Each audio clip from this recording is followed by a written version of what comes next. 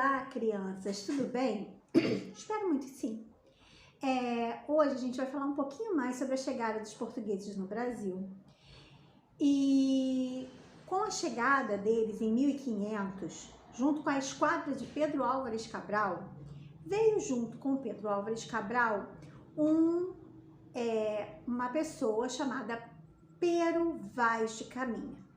Ao chegar no Brasil, ele escreve uma carta ao rei de Portugal, contando um pouco do que ele estava vendo no Brasil, né? Como eram essas terras que tinha aqui. Então eu vou ler um trecho dessa carta para vocês poderem ver. Pero Vaz de Caminha foi o escrivão da esquadra de Pedro Álvares Cabral. Ele escreveu uma carta ao rei de Portugal, contando esse descobrimento dessa nova terra. Nova terra, entre aspas, como a gente já conversou, tinha o Tratado de Tordesilhas 8 anos antes do descobrimento do Brasil, e que os portugueses, de fato, na verdade, já só chegaram aqui para tomar posse do que já lhes pertencia, tá? Mas, digamos, o descobrimento. No dia 22 de abril, avistamos terra. Primeiro, um grande monte, que o capitão deu o nome de Monte Pascoal. A nova terra chamou de Ilha de Veracruz. O que acontece? Logo assim, né, que o Pedro Álvares Cabral viu a terra, ele achou que fosse um monte. Né? Como estávamos perto do período da Páscoa, estávamos em abril, perto do período da Páscoa, ele deu o nome de Monte Pascoal. Chegando mais próximo, ele viu que aquilo não era apenas um monte, e sim uma terra, né? E deu o nome de, primeiro, Ilha de Veracruz, porque achou que se tratava de uma ilha, né? E dos navios avistamos homens que andavam nas praias. Esses homens eram o quê? Os índios que estavam caminhando pelas praias. Eles não lavram, não criam, não há aqui boi, nem vaca, nem cabra, nem ovelha, nem outros animais domésticos. Como nós sabemos, os índios caçavam, né? E colhiam da natureza o que tinham. E não lavram quer dizer que eles não faziam plantações. Alguns portugueses foram visitar a aldeia dos índios. Havia lá 9 ou 10 casas, tão compridas como o nosso navio. Eram de madeira e cobertas de palha, todas de uma só peça.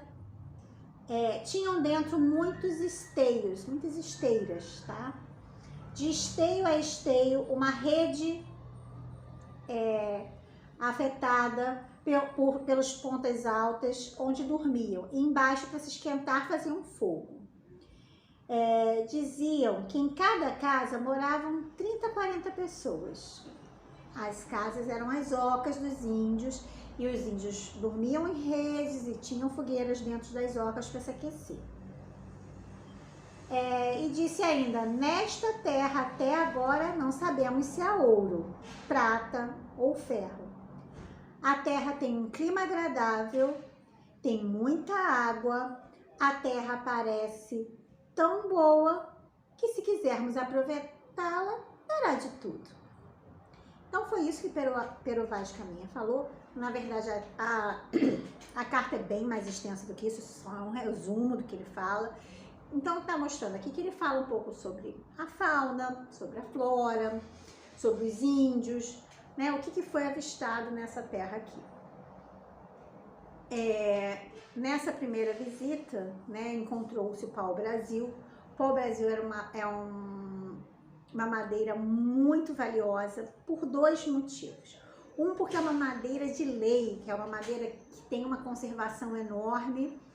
E outro motivo é porque dessa madeira é extraída uma tinta vermelha. Naquela época, a tinta vermelha era uma tinta que era muito valiosa, porque a maioria das roupas, as tintas vinham todas lá da Índia, né, lá daquela área. Então era muito valiosa. E a primeira expedição, a primeira feitoria que aconteceu aqui, que foi construída, ela foi para recolher pau-brasil, para exploração do pau-brasil. E essa primeira feitoria, se vocês não sabem aonde ela aconteceu, aconteceu em Cabo Frio. Sim, aqui pertinho de vocês. Na época, Búzios ainda fazia parte de Cabo Frio, e na Boca da Barra foi construída uma feitoria em 1503. Quem veio foi Américo Vespúcio, aquele mesmo que esteve aqui na América com Cristóvão Colombo, que descobriu a América. Então, esse Américo Vespúcio, ele esteve em Cabo Frio no ano de 1503, construiu aqui uma feitoria. Essa feitoria, ela foi construída, não era nada muito grande, era uma coisa simples. Ela foi construída e deixaram aqui 24 homens com mantimentos, né, e armas para sobreviverem por aqui por 6 meses. Né? Então eles iam e nesse meio tempo eles ficariam aqui recolhendo pau-brasil, né, para exploração do pau-brasil. Essa feitoria, ela servia para o armazenamento do pau-brasil. E assim foi feito. Essa foi a primeira feitoria, a primeira construção feita no Brasil foi em 1503 em Cabo Frio. Certo, gente? Então é isso. Um beijo e até breve.